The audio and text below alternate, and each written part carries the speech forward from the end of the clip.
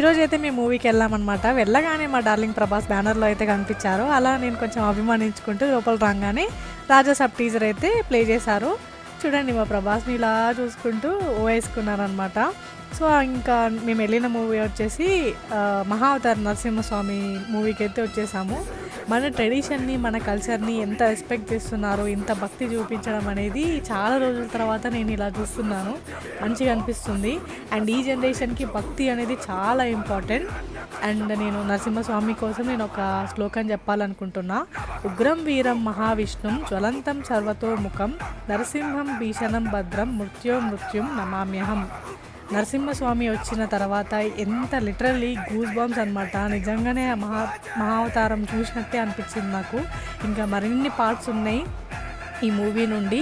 Next Parashuram కోసం నేను wait చేస్తున్నాను, ఆ పార్ట్ కోసం. సో ఇంకా చాలా పార్ట్స్ ఉన్నాయి, చూద్దాం.